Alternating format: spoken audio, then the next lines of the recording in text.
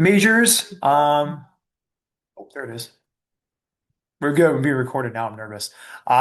Majors we offer at UVM, all good. We have seven different schools and colleges at University of Vermont, including an honors college. Now, again, couple things respective to UVM, but also the college process. If you know exactly what you want to do with your major, all good. Feel free to apply that way. Most of us don't, and that's completely okay. Applying undecided is absolutely fine. You should check with your schools, but make sure you're able to tell them what you're interested in.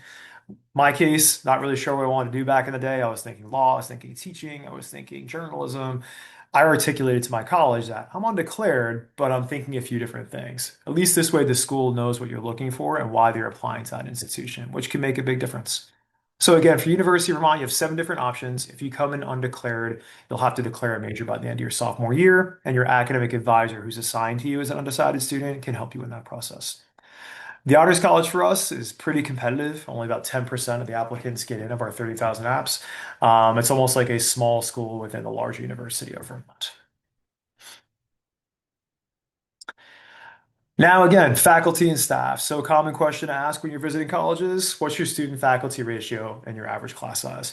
For us, we're about 14 to 1, 15 to 1 student faculty ratio. That means how many faculty members per student. And our average class size is about 30 to 35. Now, again, for every institution, when they say average class size, that's an average, not a cutoff.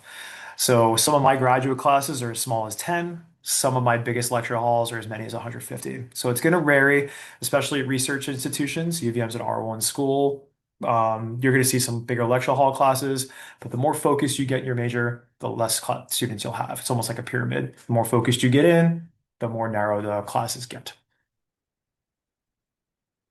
As mentioned before, we are a top 100 public research institution. We're R1 status.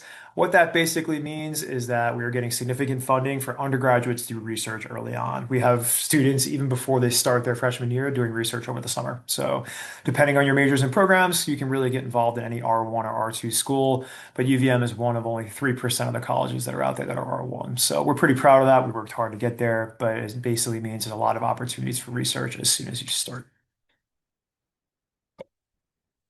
And internships are critically important too. Get outside and see what your major is like in a working setting. That picture is one of our students doing an internship at Beta Technologies. It's a really cool local company that's doing great things with electric aircraft, actually. It's kind of eerie to hear an electric plane fly over your head and not hear anything. You see it, but there's no sound. It's kind of wild. But other big name folks in Burlington, yeah, Burton Snowboards, Ben and Jerry's, Seventh Generation, Beta Technologies, Vermont Public. So even though we're a small city up in northern Vermont, we're sending students all over the country, and our students are doing really cool things both in and out of the classroom. And internships lead to jobs. So I highly recommend any school you're looking at, make those connections, meet those people, and see your major in a real world setting. And of course, housing. So for us, and for any campus actually, at University of Vermont, we require that students live on campus the first 2 years they're here. So whether you're from Burlington or Maine or Boston, wherever it may be, you're going to live on campus with us the first 2 years. Why? Community is so, so important. So all your schools that you're looking at, ask them about their housing and ask them how it works because you want to find your humans when you get to your campus. All the research shows that students who find community when they arrive are the ones who persist. They tend to graduate from that school. So whether your thing is gaming or impact or outdoor experience, UVM lists students based on what you're into. So it's not where you're from, it's not your major. You pick your own learning community and you live in a residence hall themed on that learning community the first 2 years you're here. It's just the idea that a student from Boston, New York, and Maine may have nothing else in common except the fact they're all into sustainability. Immediately you have a common bond. And just like that, you have friends, you have a community, and you've got folks you can relate to. After the 2 years, many students will move off campus, but we've actually built a variety of different upperclassmen housing residence halls where you can stay on. So kind of up to you at this point, but first 2 years required. After that, students move off.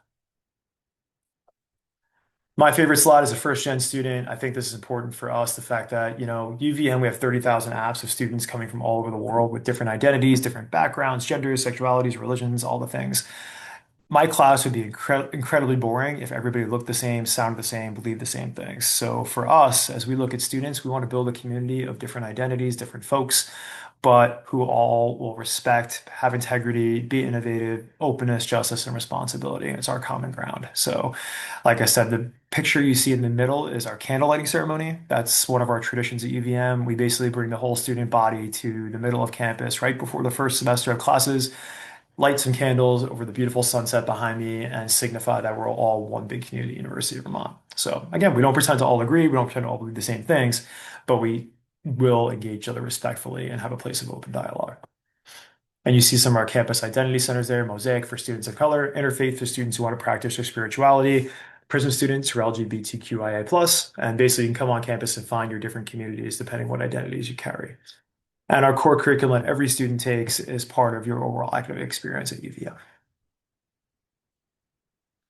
Clubs and organizations, it's not just about the classroom, right? The academics are important, don't get me wrong, but you also want to be involved too. Just essentially, again, you want to find community and meet folks. So we are a Division I institution. The men's soccer team won the national championship a couple of years ago. We were super excited. It was like Ted Lasso on campus. It was really neat because it came out of nowhere. But most students aren't Division I folks, but they're playing clubs, they're playing sports. So highly recommend getting involved no matter what you're into. But we also have fine arts. We have skiing's a big thing in Burlington. You can get involved in a variety of different ways, but don't spend 4 years in your dorm room and doing nothing else. Get out, meet people, go sailing, whatever your jam is. You can do that with us. And of course, the city of Burlington, it's a neat place. As a transplanted New Yorker, I was like, what's Burlington, small town? It has a lot of the amenities that I love about my hometown of New York, but also without a lot of the hassle. You can be on campus behind me in downtown Burlington in a 10-minute walk or a 5-minute bike ride. It's really nice to have access to being downtown Burlington with the art galleries, the movie theaters, restaurants, shopping, ice cream, all the things you want to do down there, but also be able to step back out of that and be a student again too. So Burlington has a lot of great stuff going on. This time of year, the 22-mile bike path along the causeway over there, you can run, jog, be right along the water, go to the beach over there too. It's a really nice place to be.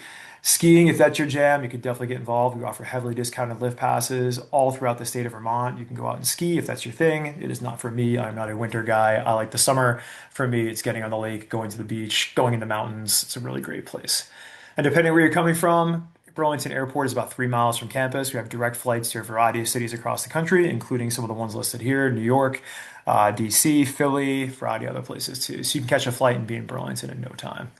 And lastly, don't forget, Montreal, Canada is only about 90 minutes away. So if you want to go up, speak some French, be in a city of 4 million people, get some really good food, and come back in the same day and do it study abroad all in one weekend, you could do that too. And of course, about outcomes for us, 94% of our students were employed upon graduation, with 95% of them being satisfied in their jobs, which I think is pretty awesome. The job search is tough, especially in today's economy, but our students are finding placement all around the world. All right. And the last UVM slide before we segue into the application process is the application process. So for us, essentially, now here's the part where I'll kind of transition. What you're going to hear from all colleges as a guy, and I'll give you my background. I've spent 25 years in college admissions. I've worked at New York University, Fordham University, American U, and now University of Vermont. I could say the same thing for all four. We do a holistic review. And what that basically means is it's all encompassing. So we look at everything, not just GPA, not just SATs, not just rec letters, not just essay. It all goes into the soup, right? So at UVM, our average GPA, which I hate they put up there, is a 3.8. I promise you, not every student has a 3.8 or better. Some have less, some have more. It really depends on the classes you're taking, and we'll unpack that a bit in our presentation. Early decision is a binding agreement. That basically means if you apply to a college, you get in, you're telling your school that's going. That's fine, but it's a big commitment because of financial. So with early decision, we do offer it, but tread lightly because there is a big commitment there, and we'll unpack that too.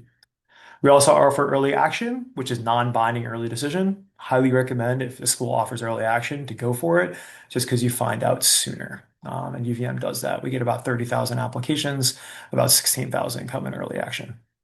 We offer early ED2 and regular decision 2. Scholarship we'll talk about as well, but essentially for non-residents, it goes up to $25,000 of free money. That's merit-based money, not financial aid, not loans. That's straight up merit. So we do offer students that, and we'll unpack the difference between aid and scholarship too. All right, so that's UVM in a nutshell. A couple things about us. So again, more terminology that's UVM and also for all your schools. Many schools will offer what they call fly-in programs. These are programs that are specific for students, particularly for either students who are low income or students who don't have access to college resources. UVM has one, Bates has one. It's called their prologue session. Bowdoin has one too, I think. Anyway, long story short, these programs are great, ours in particular, because they offer you a snapshot into the life of campus. Discovering UVM is a 3-day program, 2 nights where we basically house you on campus. We feed you. We spend the first day running around Burlington to kind of get a sense of what the city is like. And then the next day is spent on campus being a day in the life of a college student. You take a couple classes, you hang out with some current students, we introduce you to campus life, different partners on campus.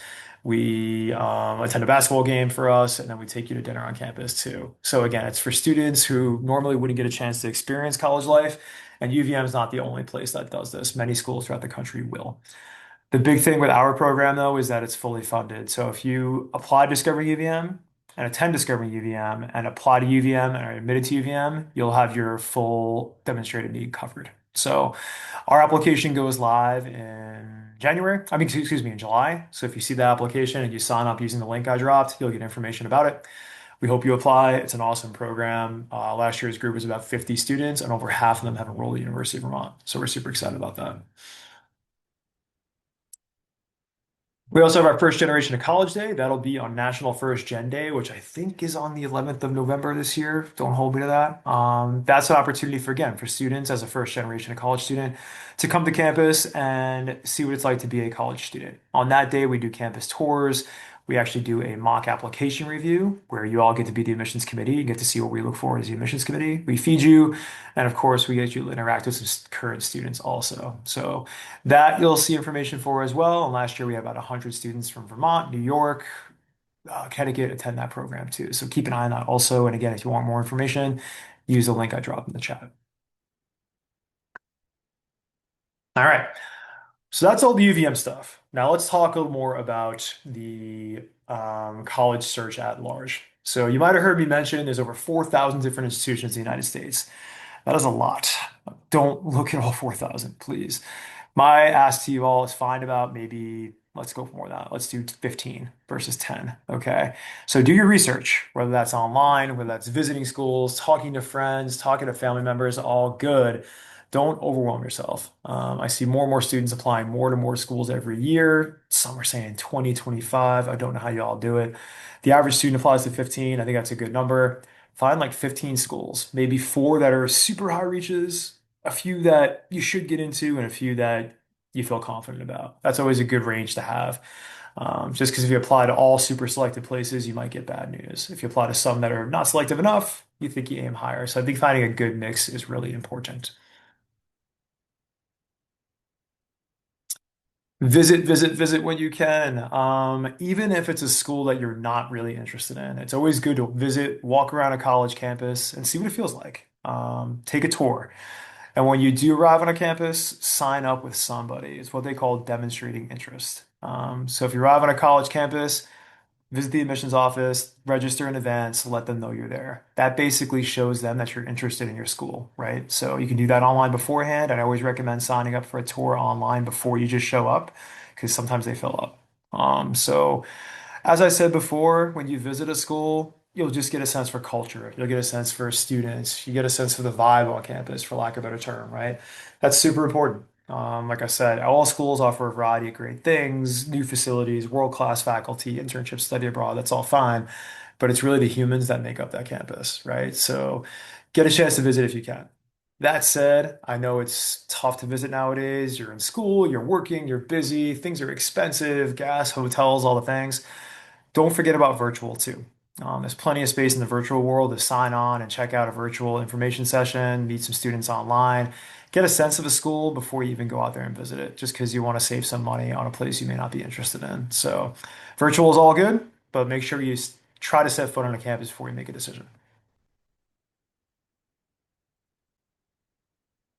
All right, you heard me mention rankings before. Like I said, they're good. Take a look around. I'm not going to downplay rankings too much, but also realize there's not one definitive set. A lot of folks know Princeton Review. A lot of folks know Niche, Google, whatever y'all are using for college search, TikTok nowadays. All good, but just don't base your decision on that alone. I think it's super important that, I've seen plenty of students go to the number one ranked school in the country and they don't like it. And frankly, there is no number one ranked school. It all depends on what rankings you use. So make sure you find a school that fits you best. You should aim high, go to a quote unquote good place, but it's not just about being at the number one school that year. It's about going to a place where you can not only thrive, but succeed and enjoy it too.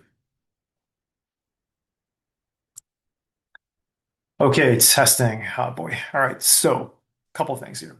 You have the SAT or the ACT, right? It won't be the only thing that gets you into college. It's part of it. We said holistic review, and we'll talk about the transcript in just a minute. But testing is only part of the equation. So, my advice, take the SAT or ACT at least once. See how it goes.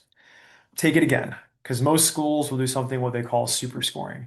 And that basically means they take the best possible combination of scores to put your candidacy in the best light for admission. Okay, so take it twice, see how they go. But then after that, think about it, because studies show that after the third time, your scores actually start to go down. So my advice is take it once or twice, see how it goes, and then maybe just put it aside and focus on the rest of your application, right? Because again, we're going to look at everything, all parts of the app. Many schools are test optional nowadays. Some schools are going back to testing. The thing is with test optional, best thing you can do is look to see what that school's SAT averages are. See where your SATs fall. If they're above, great, send them. If it's middle, up to you. If your scores are below that school's average, don't send them. It's not going to help you. Okay, so essentially test optional is your call, but just use the averages in that school's website. And again, feel free to throw questions in the chat if I'm going too fast. We'll take a break before we go into financial aid in just a minute. All right. Extracurriculars. You saw the slide about clubs and organizations before. Make sure you get involved on campus too. So for us at the high school level, no matter what your thing is, whether it's sports, could be student government, could be community service work, all good. Make sure you're getting involved out of the classroom too. All right. And it's really about the quality and quantity of your extracurriculars. It's not just about joining a ton of clubs or playing a bunch of sports or whatever. It's doing a few things with sustained interest over the course of the years. So let's do a quick temperature check. If I work outside of school, does that go on my college application? Question mark.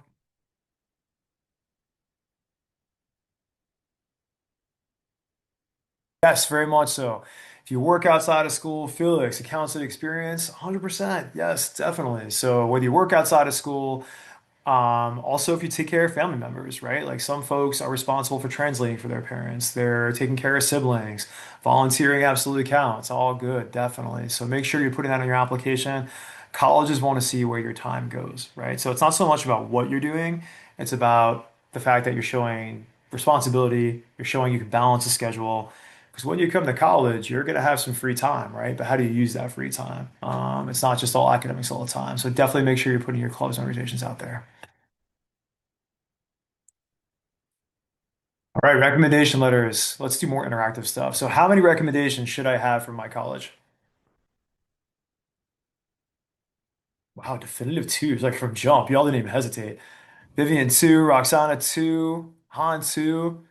It's kind of a trick question, right? Because it kind of depends, right? And you're gonna hear admissions people say that a lot. It depends. So the best answer is for all this stuff is check with your school, okay?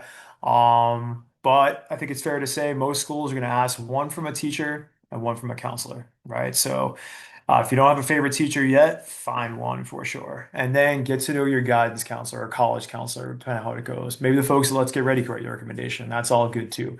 So if you want to send one or two, completely fine. Just don't overdo it. Does anybody want to guess the most recommendation letters I've seen from one applicant? 31. But here's the thing. They were twins. So it was two girls. They were basketball players. They were recruits. They were getting recruited by colleges. So they just sent as many applications out as they wanted and all had 30 recommendation letters each. It was craziness. Don't do that. Yeah, exactly, Felix, for those counselors and teachers. They had like counselors, teachers, summer employers, little sisters, best friends, the whole nine, right? It was just too much. And you got to think about it from the admission side of things because we read thousands of applications a year. Thousands of applications a year. There's such a thing as overdoing it, and that's the definition of overdoing it. So one or two is all you need. Check with your school. Some schools are pretty harsh. They'll tell you We ask for two. If you send us four, we read whatever first two we get, and that's it. So you want to make sure that you do your recommendations right. Question, does that mean rec letters from employers could count if you don't have any teachers? Yeah, the employer is cool, but I would definitely, you want to stick to guidance counselor or college counselor first, and then you want to get some type of teacher just because they have the academic background, right? I'll use my example. I was not a good math student. My background's all in education and English and writing. I was good at that, but math was never my thing. I got a recommendation letter from my math teacher, even though it was definitely not my best grade, but I busted my butt to get my grades there, right? I showed up for extra help. I worked hard. I was never going to be an accountant, but I really showed that fortitude. And that guy wrote me a really nice letter based on that. So you want to get somebody who knows you well in the academic sense. So that's all good. So again, one or two is fine. I would make the third letter employer rec if it's really good, but counselor, teacher, and then one more. All right. So the college essay, here's the thing. The essays are great because it's the only time we get to know who you are. And that makes a difference in this process. It's not just about numbers, numbers, numbers, right? We're admitting humans to our campuses, but the essay is tricky. It's so subjective. It's like you're going to get admissions people reading your essays, and we're all humans too. You might get three people read the same essay. One loves it, one doesn't, one's kind of meh about it. So my advice is tell your story, no matter what that story is. It could be something humorous, serious, a trip you took, a person you met, all good, but just make sure that's you, right? And then be comfortable with that. Because if you try to write to the admissions person, it's not going to be authentic, it's not going to be real, and you don't know who you're writing to because you have a bunch of people reading your essay, right? So I think just tell your story, no matter what that is, you'll be in good shape. Second part of essays, though, they do what they call the supplemental or optional essays. And now, question for the group, are optional essays really optional?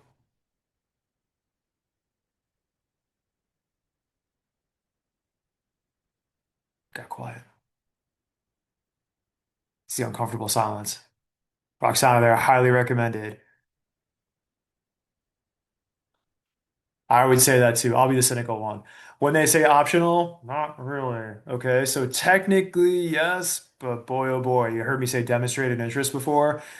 It's such a bummer to read a great application, get all the way to that last page, and you look at the UVM supplemental essay and it's a blank spot, right? And you're just like, oh, such a letdown. So schools will have, they call them supplemental or optional essays.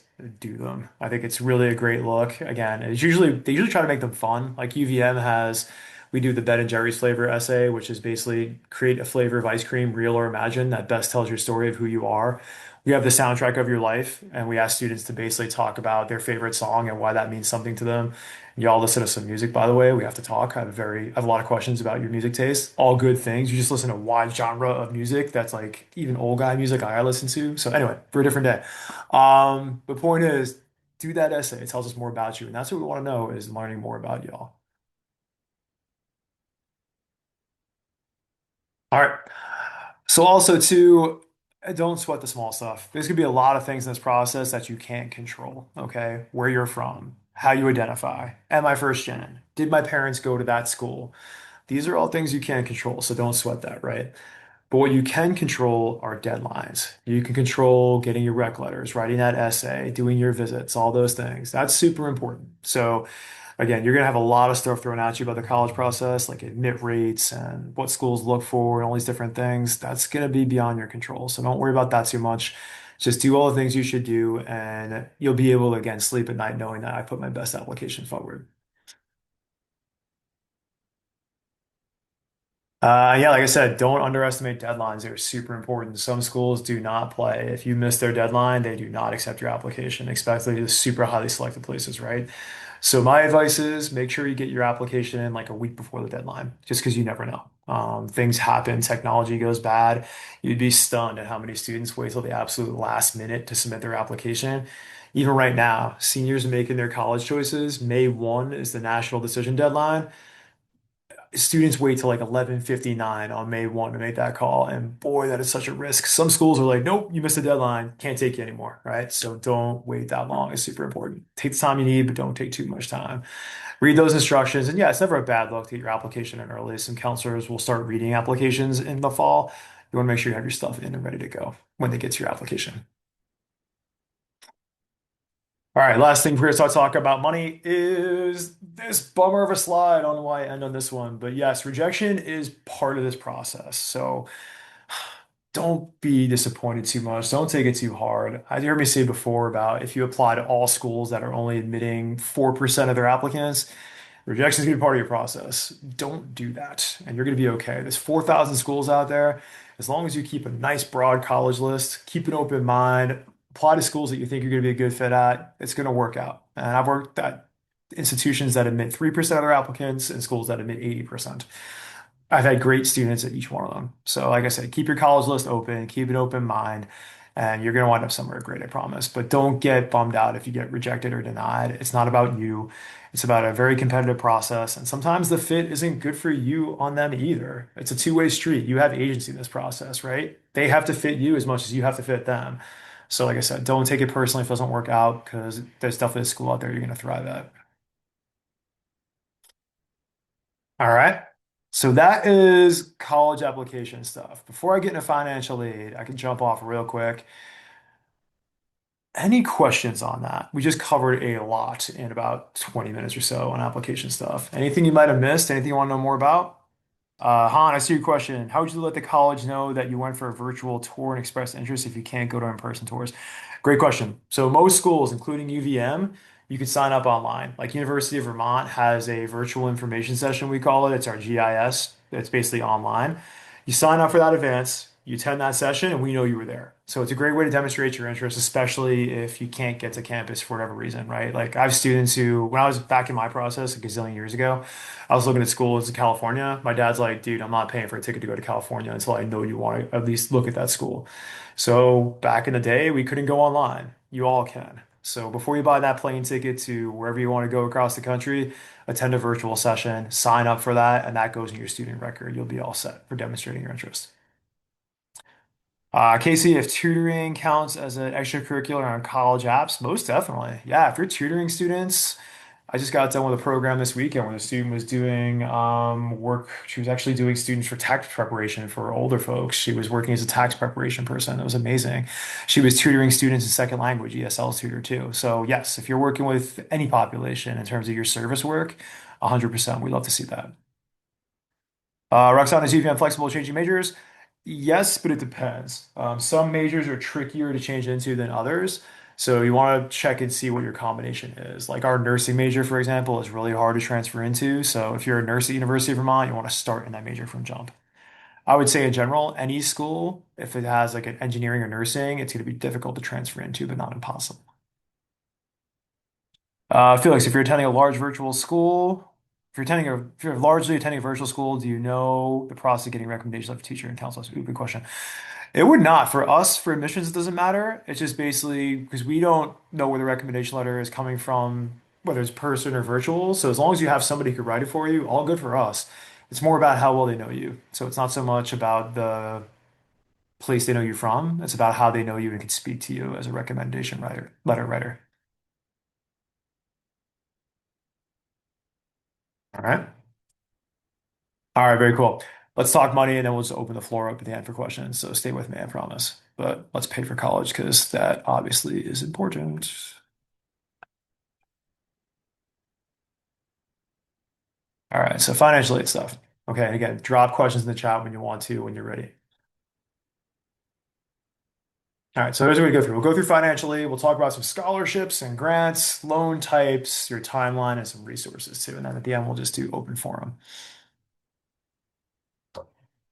All right, so terminology. And again, this is for folks, if you're like me, if you got parents and guardians at home. I always tell parents and guardians if they were in the room, like students, you drive the application process, parents, guardians, you guys drive the financial aid stuff. It's a whole separate process and it's arguably as complex.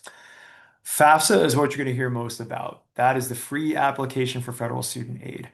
An emphasis on free. If somebody is trying to charge you to fill out the free application for federal student aid, don't listen to that person. They are being less than honest. So essentially, for the free application, basically is a government form that allows you to apply for federal assistance. The school code, each college will have a school code when you get to that point. So UVM has one, Middlebury has one, so on and so on. Some schools will use what they call the CSS profile. That's kind of next level financial aid, right? So most, if not all schools look at the FAFSA and it's free. The CSS dives into your finances a little bit deeper. It does cost money too. I think it's about $100 to fill out. So again, if a school asks for it, you can try to get a waiver for that, but at the same time, you might have to fill that out too. So primary FAFSA, secondary CSS. UVM does not require that. VSAC's a Vermont thing. I don't think we have any Vermonters in the room. If we do, let me know. But VSAC is a Vermont assistance corporation that helps students apply financially. You guys can ignore that. All right, buckets. It's cheesy, but bear with me, it works. It's an old presentation. So the first bucket here is the free money. That's merit-based aid, right? Like you heard me say before, UVM offers $25,000 of merit money. That's money from scholarships from colleges you don't have to pay back. That is frankly what you want. So if a school says merit aid or athletic aid or artistic aid, anything that's scholarship, all good. That goes for outside resources too. So if you have a local scholarship, something at your high school, something at your Rotary Club, things like that, that is free money also. The more, the better. So if you have opportunities to apply for scholarships outside of your college, go for it.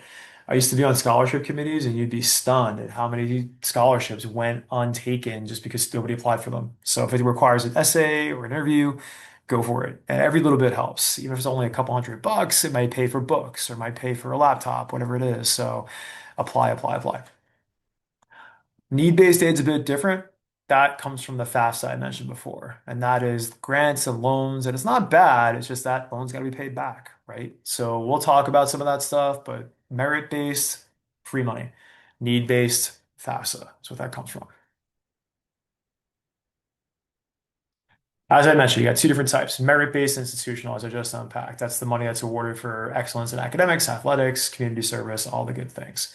You might have to maintain certain requirements for scholarships. Like at UVM, you have to be in good academic standing for us to keep your scholarship here. So that just basically means you have to get good grades.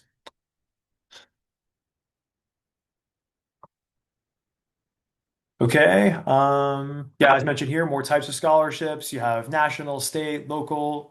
This is a good point. Your high school guidance office may have a whole list of scholarships that are available. Like I said, often many don't get applied for, so dive into that list. Other organizations, websites, man, you all know this better than I do. Some websites can be less than honest. So if it starts to feel sketchy, it probably is. If they start asking for like social security information or really personal private info, hit pause. Like don't give away too much info on a website. But fastweb.com, scholarships.com, any school. Actually, the best thing you could do is when you're applying to an institution, go on that school's financial aid page. They'll have a safe scholarship listing of different scholarship sites you can go on. Trust any of those, you'll be all good. And do your research. Like I said, the more scholarships you apply to, the more better your odds of getting something. All right. Again, grants. Now, grants do come from financial aid, but grants are free money as well. So grants are good. Those are given based on need. Like you heard me mention Discovering UVM before. Students who apply and attend our Discovering UVM are offered free grant aid for full merit-based, excuse me, full demonstrated need grant to attend UVM. It basically cuts their financial aid down significantly. So that's based on student income and your family income. So there's Pell Grants, there's opportunity grants, state grants, a lot going on, but grants are good because you don't have to pay those back.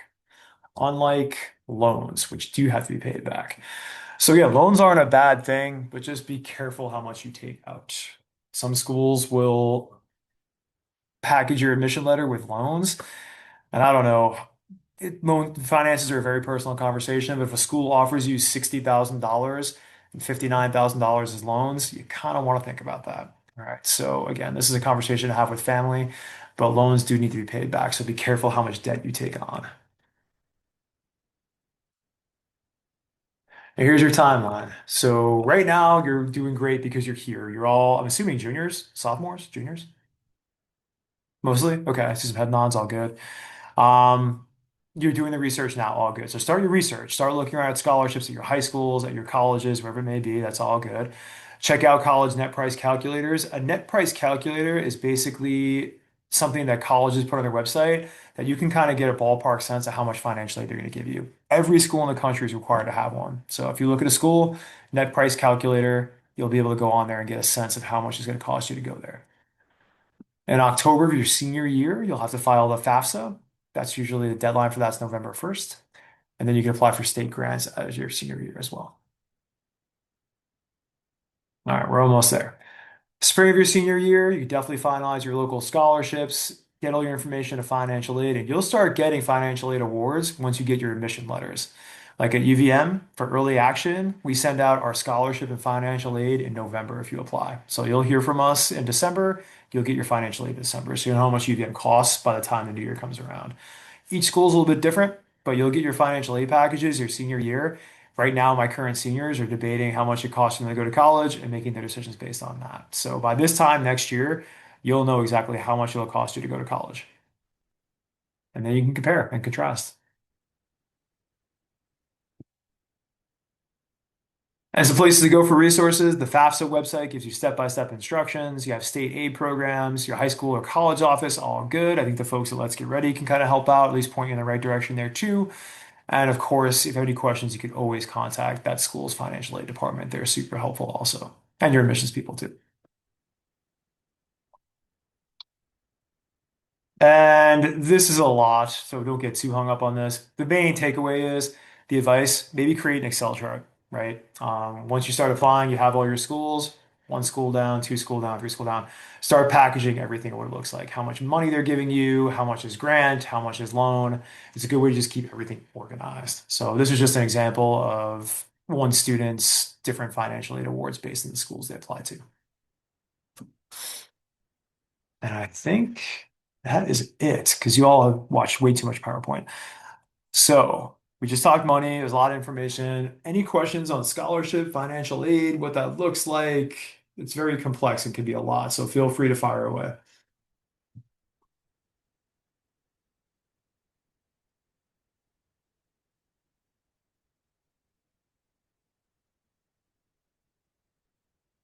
Not that's all good too. Because right now, financially, it gets very tricky and complex quickly. I mean, the big takeaways are just again, know that your scholarships are free money. That's all good. Financially, it is not scary or a bad thing. It's just that you have to apply for it and you have to unpack what you get. I would say most schools check and see if there's any type of additional form for scholarship. UVM, when you apply to us, you're considered for scholarships based on your application. So no need to sweat that. You'll get stuff from us right away. And I think, wow, what is it? Almost 90% of our students qualify for something last year. So when you see a cost of a college, they call it the sticker price. Don't get too hung up on that. Very few students pay the full price to go to college. Most students get some type of assistance, just a matter of how much they get. All right. Well, 49 minutes. That wasn't too bad. Hopefully this wasn't too painful. Was there anything y'all want to know about college process? Anything we didn't talk about? Anything? I am nothing if not honest, and I am unbiased. As much as I love to see all UVM, I want to make sure you feel good about this whole thing too. Or did I put everybody to sleep? I hope not, because I'm tired too, and I respect that move. That's what happened. Khalid, what do you mean by recruitment process? You talking about athletics, or give me more? Yes. A little bit, only from my perspective, because, ooh, Quest Version Posse, yes, we covered that too. I know a little bit about those. So, recruitment process for athletes as a former D1 athlete and coach. Um, I would say, what sport, Khalid? If you don't mind asking.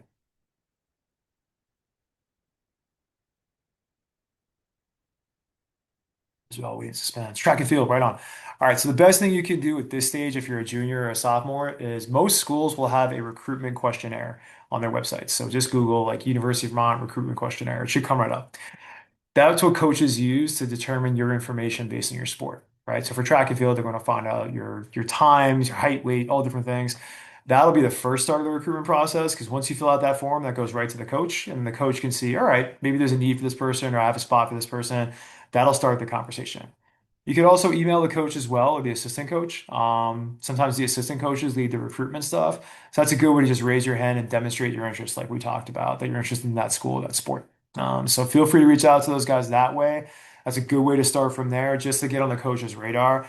Don't be too disappointed if they don't get back to you right away, especially at D1 schools like UVM. We get thousands of people reaching out every year. But if you fill out that questionnaire, that's your best bet to start your recruitment process for sure. Casey, we're not a posse or Quest Bridge school, so I don't know too much about them. I know they are wonderful programs. My best advice there, I don't want to give bad info, so contact that school directly and see what their policy and quest bridge process looks like. I know there's a selection process. There is definitely a binding scholarship that goes with that. There are amazing programs, so I would definitely look into them if the school does offer a policy or quest bridge program. But there are specific regulations. So as a non-policy or quest bridge school, I don't want to give bad info. Reach out to them directly. If you can't find it, shoot me an email. I'll put you in touch with some schools that have those programs. I'm happy to do that. But they're awesome. Take a look at the school has it. Go for it. Biggest campus-wide events that students look forward to most at University of Vermont, Roxana, I'd say two things. One, Spring Fest is happening like right now-ish this week, and students are ready because it's been a long year and a long winter at UVM. We just have a ton of folks come to campus. They musical acts show up, they do food trucks outside, all sorts of events happening in Burlington and at UVM. So that's kind of the biggest thing we're having the next few days, and I'm jazzed for it. I can't wait. I live in the community. You can see my house in the picture behind me. I'm not going to say which one. But it's kind of nice to see campus come alive after a long year. So like people get excited. That's the most prevalent thing. The candle lighting ceremony I mentioned earlier is also really cool in the fall, just because it's pretty powerful to see about 4,000 people lighting candles and just all coming together after just getting to campus. We do rail jam in the winter. That's our snowboard. They build a big snow half pipe in the middle of campus, and Red Bull comes out, and people get way too hyped up, and there's music and food and the whole nine. So there's always something going on campus too. So yeah, get involved. I think you want to go to a place that's always live and vibrant, especially if you're coming from out of state. Make sure that students are there on the weekends. Again, UVM, 80% of our kids come from outside of the state of Vermont, so there's always people around. But if you're going to a commuter school, that's all good. But just make sure you know that going in. You don't want to be lonely on the weekends. For me, and again, I've been a few places, NYU, Ford American, now UVM. You can be your own self at UVM. I kind of like that. We get people from all different backgrounds, all different identities, and there's not one thing that dominates campus, right? Like we have D1 sports. If you like sports and that's your thing, all good, it's here. We have fraternities, sororities, that's your thing, all good, it's here. But it doesn't take up all the space, right? We have students doing all sorts of great stuff. And I don't know, I've been on some campuses that can be pretty intense. Like UVM students are as smart as anybody, but they don't take themselves too seriously. Like they're pretty open, pretty welcoming. I heard number one best students for what that's worth, friendliest students for what that's worth. So overall, our students are pretty low key and pretty chill and pretty welcoming, but they're also doing amazing stuff too. So it's a nice environment up here. 10 out of 10, 10 being chef's kiss. Campus food. Thanks, sir. It's campus food. You're never gonna meet an admissions person who tells you, "Ah, that food's bad." I'd say for us, the food on campus is solid. I would say five, six, something like that, depending on where you go. I'm a vegetarian, so I'm a little more picky too. Plus, I was born and raised in New York City, so my food level is a little higher than the average person. That being said, I've not had a bad meal in Burlington yet, so you can get some good stuff downtown, which again is right down the hill behind me. Some really good cheap eats, and yeah, it's food truck season in Burlington, so like you go downtown and you get all types of things. There's something they do down by the waterfront. There's like 28 food trucks show up. You just get after it. So you will not go hungry here, I promise. And I would say the nice thing about us too is it sounds very Vermont and very like, I don't know, hippie sustainability, but I kind of dig it. Knowing where your food comes from is really kind of cool to me too. I like the fact that a lot of our local farmers are appearing on campus. Like Cabot cheese is here. The apples come from the UVM apple orchard. The milk comes from the UVM cows at the dairy facility by us. It sounds so Vermonty, but it's so true. I kind of like it. And ice cream too. If you ever get to UVM, the dairy bar on campus, it's decadent ice cream. It is definitely not diet ice cream, but it is fantastic. That is chef's kiss. I'll give that a 10. Dual enrollment. Well, Vermont has some pre-college courses you can double majoring. Thank you. Yes, we do. Depends on the major. And again, as I said before, with college stuff, you're gonna hear a lot. It depends. UVM's like that too. So for us, basically, it depends on the combination. I think any large research school like UVM, anything plus arts and science, you'll be okay. Like for example, we have a lot of students who want to be doctors, but they're dancers. They're engineers, but they're film people. You could do a little bit of both as long as there's like an arts and science component to it too. You should be okay. Roxana, there's a lot of snow in Vermont. Trust me, I know this. Does winter change campus life for students? Yeah, I feel like you got two types. You have students who come here because they like to ski. They like to be in the snow. They like to be all the things and all that Vermont has to offer. So the best ski in the East Coast, all good. That's not me. Like, if you're not that person, that is okay. For me, it's the summertime. Like right now, this time of year is my jam. So like the lakefront behind me, going to the beach on a warm day, bike paths, running paths, going downtown, just having a cup of coffee outside and enjoying the beautiful weather. That's my thing. So the snow, the way I deal with it as a non-winter person, got to dress warm, but life is still going on. I think that's the most important thing. There's always stuff to do. Like you go downtown, like the restaurants are open, concert venues are happening, shopping is going on. There's tons of stuff to do on campus in the winter. So again, you're not going to be bored. So even though you have to dress a little warmer to get outside and get to it, you're still going to have stuff to get to. And I think that's the difference with UVM and other places is that the city is alive, if not booming, because all this people come there to ski and go outside. It's tolerable, but you got to make that decision. Some folks are like, I don't want snow, I'm out. We might not be your place. Asia, right on. Welcome. All good. My best friend's name is Asia. I miss her. She works in Miami now. But all good. Sorry, that was a sidebar. Sarah, how much does a degree from a prestigious college matter post grad? Ooh, good question too. You know, I mean, it matters to an extent, but like I said before, I see too many students go to the college they think they should go to versus the one they want to go to, right? And sometimes they're not happy. Like, again, I worked at one of those schools. NYU was super competitive and it's gotten more competitive now. And I love my experience. They're all good. But I wouldn't tell a student where they don't think it's the right fit to go to that place because you're not going to be happy, right? So, again, you want to aim high. If you've got good grades and all those things, go for it. And the degree does matter to an extent, but it's also what you do while you're there. UVM's got an honors college. We have our STEM scholars program. Those are pretty prestigious programs. And students have a great experience. They do great internships. They study abroad. College is very much what you make of it. So I think status is part of it, but not the only part of it, if that's a fair answer.